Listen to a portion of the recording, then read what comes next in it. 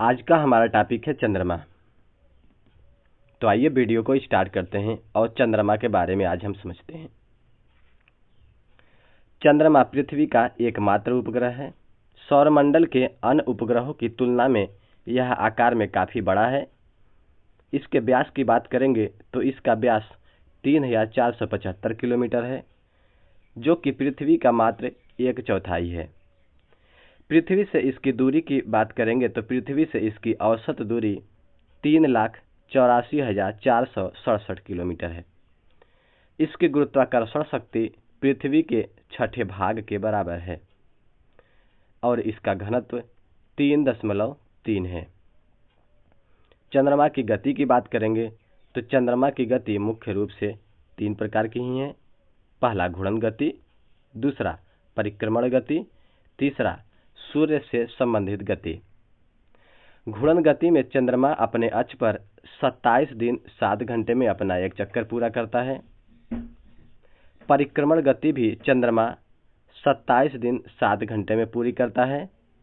यही कारण है कि चंद्रमा का केवल आधा भाग ही पृथ्वी के सामने रहता है, क्योंकि इसका घूर्णन गति और इसका परिक्रमण गति दोनों 27 दिन 7 घंटे का ही है।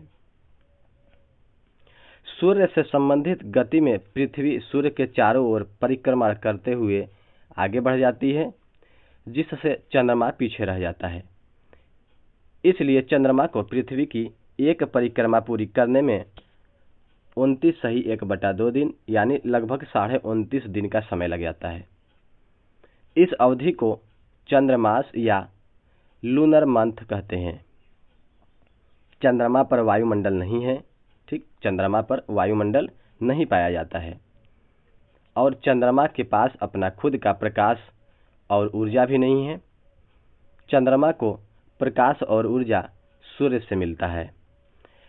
चंद्रमा के प्रकाश को पृथ्वी तक आने में 1.3 सेकेंड का समय लगता है। यहाँ कोई वायुमंडल नहीं है, इसलिए यहाँ संध्या का बेला भी नहीं होता है। यदि यहाँ वायुमंडल होता तो जैसे अपने पृथ्वी पर सुबह, शाम, दोपहर ऐसी कोई बेला होती है ना, ऐसे वहाँ संध्या का कोई बेला नहीं होता है।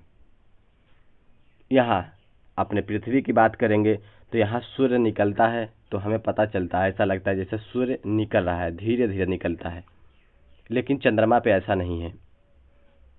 चंद्रमा पे ऐसा नहीं है। सूर्य वहाँ एकाएक निकलता है।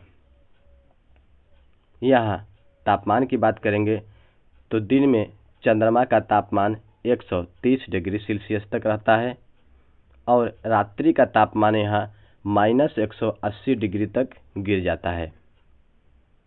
चंद्रतल पर असंख्य गड्ढे दिखाई देते हैं, यानी चंद्रमा पर असंख्य गड्ढे हैं।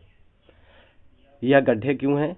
तो यहाँ पर उल्कापात अधिक होते हैं, इस कारण यहाँ पर असंख्य गड्ढे दिखाई देते हैं।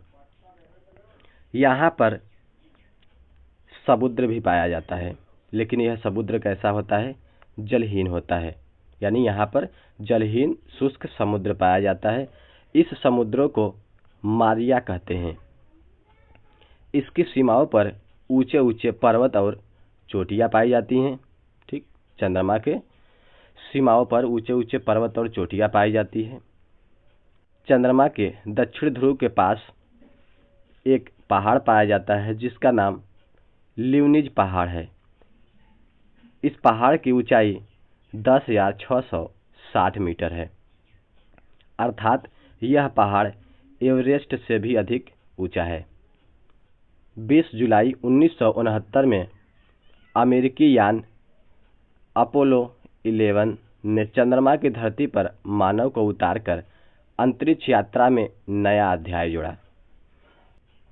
इसी क्रम में भारत ने भी 20 अक्टूबर 2008 को अपना चंद्रयान 1 का सफल प्रक्षेपण कर संयुक्त राज्य अमेरिका, रूस, यूरोपीय स्पेस एजेंसी, चीन और जापान के बाद चंद्रमा पर अपना यान भेजने वाला 6ठा देश बन गया।